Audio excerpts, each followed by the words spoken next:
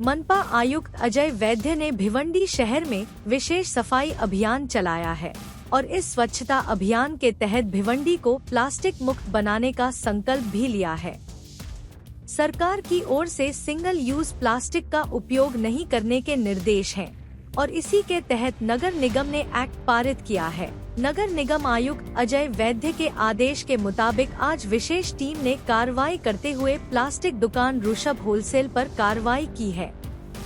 City बाजार से 1000 रुपए जुर्माना वसूला गया। ही कारवाई एवढ्यापुरती अवलंबून नसून यापुढे चालू राहील।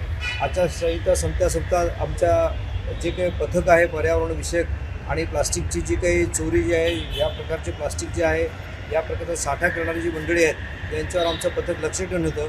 महाराष्ट्र प्रदूषण नियंत्रक महामंडळाच्या जे आमचे इथले अधिकारी आहेत त्यांच्याबरोबर ही संयुक्त कारवाई महापालिकेने आज पूर्ण केलेली आहे आणि 1000 किलोच्या आसपास प्लास्टिक सापडलेलं आहे। आपल्याला बाजारपेठ एरियामध्ये ऋषभ प्लास्टिक LLP म्हणून कंपनी आहे, त्या कंपनीकडून हे आम्ही प्लास्टिक जप्त केलेलं आहे। अशाच प्रकारची कारवाई पुढे देखील चालू राहील। या कंपनीवर 5000 रुपये दंडाचा प्राथमिक स्वरूपाचा गुन्हा आम्ही करून एवढी दंड वसुली देखील आम्ही केलेली आहे आणि यापुढे सुद्धा डिटरंट प्रोव्हिजन आम्ही वापरणार आहोत। त्याचप्रमाणे भिवंडी आणि निजामपूर शहर महानगरपालिकेच्या हद्दीतील जेवढे भाजी विक्रेते आहेत, जेवढे मार्केट्स आहेत, त्या सर्वांची आम्ही आता संयुक्त बैठक घेणार आहे आणि महिला बचत गटाच्या मार्फत कापडी पिशव्या, कागदी पिशव्या याची आम्ही पूर्णपणे प्रोडक्शन करून ह्या ज्या पिशव्या आहेत ह्या पिशव्या ह्यांना वापरायला आम्ही भाग पाडणार आहोत। त्यांना आवाहन करणार आहोत पहिल्यांदा आणि जर नाही ऐकलं तर आम्ही अशा स्वरूपाची दंडनीय कारवाई देखील पुढे करणार आहोत। त्याची व्याप्ती आम्ही वाढवणार आहोत।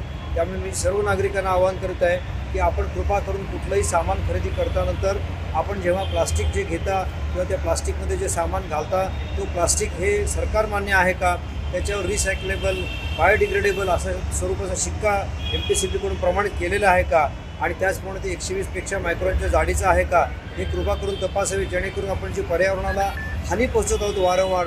आपण पाहिलं असेल की नाला सफाईच्या कामात सर्वात जास्त अडथळा आम्हाला जो आला होता तो हे जे साठलेलं प्लास्टिकचा कचरा होता त्याचा आला होता।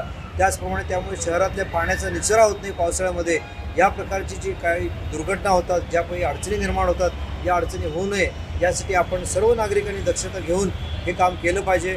आणि जर आपल्याला सुद्धा कुठली बातमी मिळाली, आपल्याला जर कुठे आढळलं की या एरियामध्ये प्लास्टिकचा साठा अवैधरित्या ठेवलेला आहे आणि हे प्लास्टिक बँड प्लास्टिक आहे, तर कृपा करून आपण महापालिका प्रशासनाला कळवावं।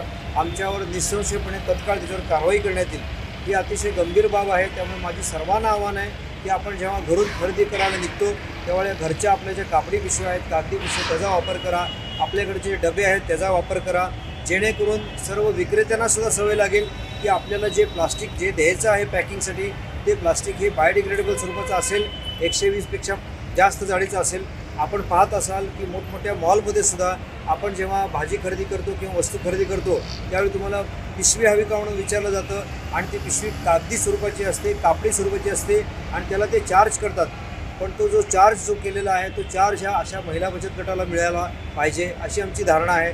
त्यामुळे आम्ही त्यांच्याकडून मोठ्या प्रमाणात ह्याच्यापुढे व्यापक मोहीम राबवणार आहोत।